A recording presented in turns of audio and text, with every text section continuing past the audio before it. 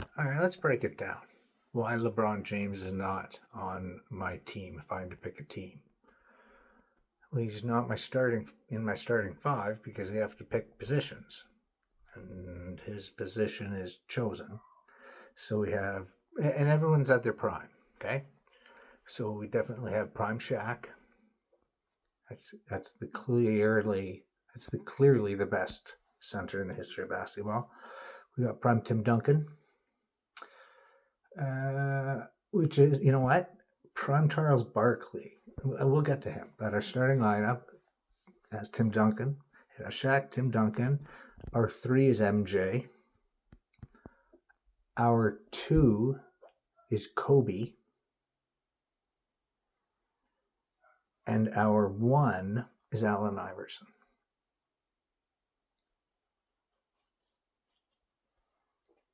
Wait. Okay. My sixth man is Larry Bird, is coming off the bench. My backup point guard is none other than Isaiah Thomas. So we have Jordan at the three, Kobe at the two. My Scottie Pippen's coming off the bench to play wing. He would blend and facilitate Larry Bird very well on the other wing. He is everything that Bird isn't, even though Bird is what people think he isn't. He still is. Backup center, let us go with prime Kareem Abdul-Jabbar. Backup power forward Charles Barkley. There you go. Remember him in the 92 Olympics? He was a beast. He was a beast. He was the first man down the floor that year in Phoenix. He was MVP. In reality, every season Michael Jordan was playing, he should have been the MVP. And that bothers me. Are you kidding me? Steve Nash has the same number of in a row MVPs as Michael Jordan. Are you effing kidding me? Now, do you know how many teams I would have to? I'm Canadian. Steve Nash is Canadian. Steve Nash would not be the starting point guard on my fifth best all-time NBA team. And he went back to back. Oh, man, they must have really had a hard-on for white Canadians at that time. What do I need another backup of? Magic Johnson. You talk about LeBron James playing every position. Well, how about Magic Johnson playing every position? And Magic Johnson wants to effing win. So he's got a killer instinct. So and what does LeBron do that Magic Johnson doesn't?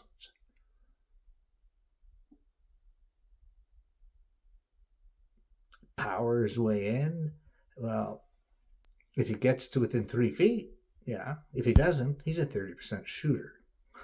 And Magic's not going to let him push him in. Magic's 6'9", and a thick 6'9". Okay, so if we keep wanting to add players ahead of LeBron, we bring in another big man of Karl the Mailman Malone. Oh man, I forgot Steph Curry. Whew, let's bring him in. He will be my. Sorry, Steph, you don't make my top five. You don't make my top five. Because Allen Iverson. I will take Allen Iverson over Steph Curry. Because if you want somebody to hit a logo three, Bird will do it, but Bird will do it with someone in his face, and Bird will do it wrapped up like a Christmas present for the other guy. And Bird will let the guy know beforehand where he's going to wrap the present. So yeah, Bird. We don't need Curry now. Is Curry going to be my backup point guard, or is that? That's Isaiah. Steph will be backing up Kobe at the two.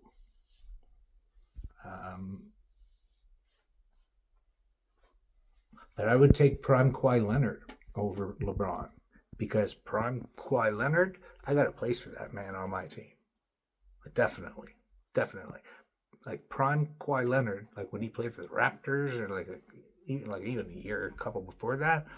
Yep, I want him on my team. He will be a situational player, and good lord, but LeBron, why would I want you? In what situation am I going to say, God, I'm thankful we have LeBron? Is it a key defensive matchup where we need a lockdown defender? You're not going to be it. Is it down the stretch when we need someone confident to take that last shot? LeBron, no. No, he's afraid he's going to airball a foul shot, so he's not aggressive. LeBron. If the other team's got a guy who's aggressive, who has 5 fouls, LeBron is the guy to flop. And yet you don't make the team because we don't play that way, LeBron. You and KD do. Now, Kevin Durant, isn't that the worst waste of fucking talent? Kevin Durant should be looking at himself in the mirror going, what the fuck did I waste? I was good. I mean, I am good. I think I'm way better, and I always thought I was way better than I was, but I could have had a legit resume and been a wicked, proud, hang your hat on Hall of Famer. Now, everywhere you go, there's an asterisk. There is an asterisk. There should actually be like a video game. You should have a floaty asterisk at all times. Durant, just floating above your head. Asterisk, because it is a good lesson. If you can't beat them, you don't work harder, Mike. What the hell was Michael Jordan thinking? He was working harder. He was building muscle, getting stronger.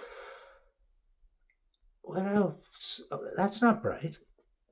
Why don't you just join the team you can't beat, win,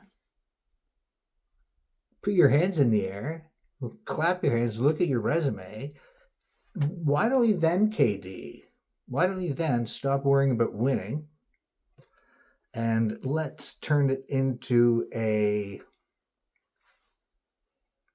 don't know, who can stand on the spot for the longest without moving, even though they can't go to the bathroom, gets $100,000. That game, you turned into one of those. Let's just keep our career going, because if we keep our career going, we're going to get another contract. And contracts are pretty sweet. Who cares? We can work a way to speak about the facts, and because you know how you can make facts look good. And if you stay in the league for long enough, LeBron, you may just pass Michael Jordan in the number of 30-point games. Your son's in the league for how long? Not deserving, by the way. He sucks. I could beat him. And I'm not kidding. I'm not kidding. What's your kid's name? Bronny?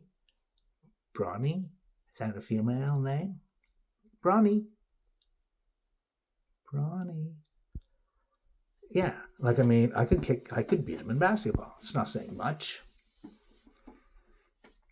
Why is he in the league? It's like me in the league. My father. God, I have my father to blame. But seriously, LeBron doesn't have the skill set. Kevin Durant doesn't have the skill set.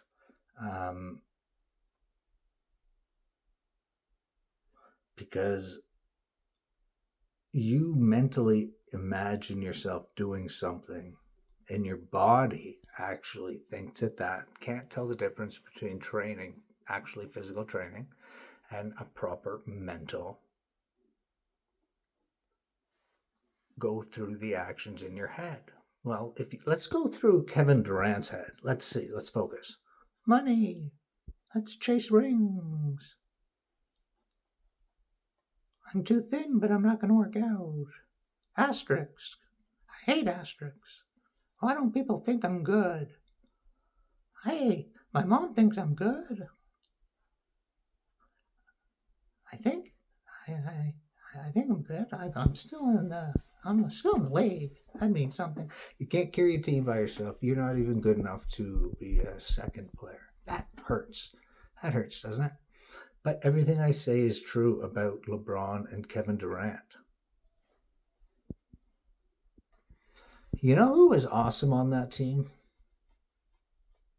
Fucking Klay Thompson.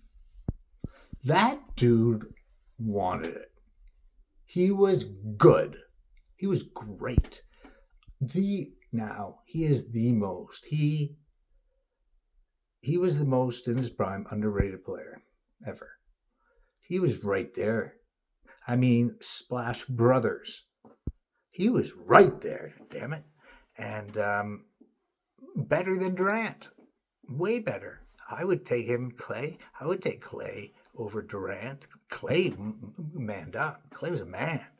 I would take a man over a boy any day of the week. I don't care if he's 7 feet, and I don't care if he doesn't weigh 100 pounds. I still don't want him. Seriously. I've seen confetti weigh more than Durant. Confetti. Confetti is mostly air, and what isn't air is paper. That's you, Durant. And Durant, your mom. Yeah, that's right. Your mother. Your mom. Ugly. Ugly. I haven't even seen her. But you're half her and you are ugly. Ugh. Maybe your mom abused you with the ugly stick. LeBron, you're not as ugly. Let's go back to Durant. Oh, you're an ugly man. If you didn't have money. Oh, God. Virgin. Definitely a virgin. Could you imagine Kevin Durant not being popular because of basketball? Would you sleep with me, please?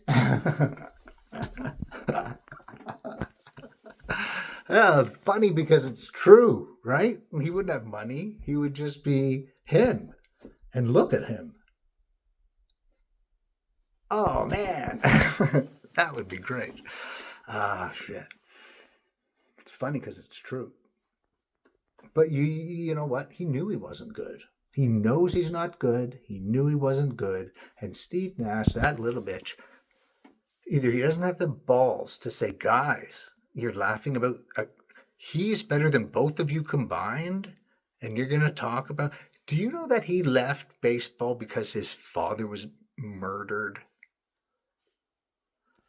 Steve Nash, fuck you. Because if I was in that room and they laughed about Michael Jordan's 2-year stint when he was at his prime to play baseball for his father, I would have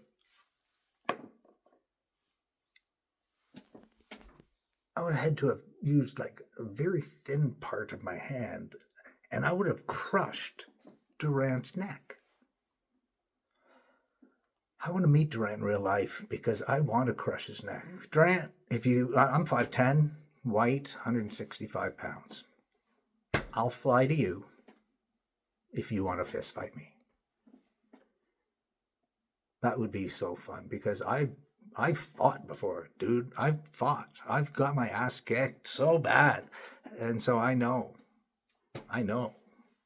Like I've been right there and not died. So I know you're not going to put me there. So I'm going into this and you're going into this saying, holy shit, never done this. But just listen, I'll pay my way. You can be a big shot boy. And I'll even put you on my first team if you accept. Of course you're not going to accept. I'm below you. But you'd lose.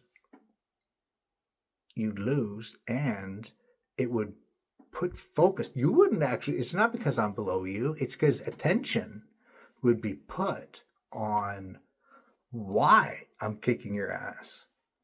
Why I'm ripping your clothes off, just shredding them, and your little dink is showing. Why? How can a 7-foot man have an innie? Fuck you, Durant. Fuck you and your motherfucking mother. I'll kill you and my fofo make sure all your kids don't grow.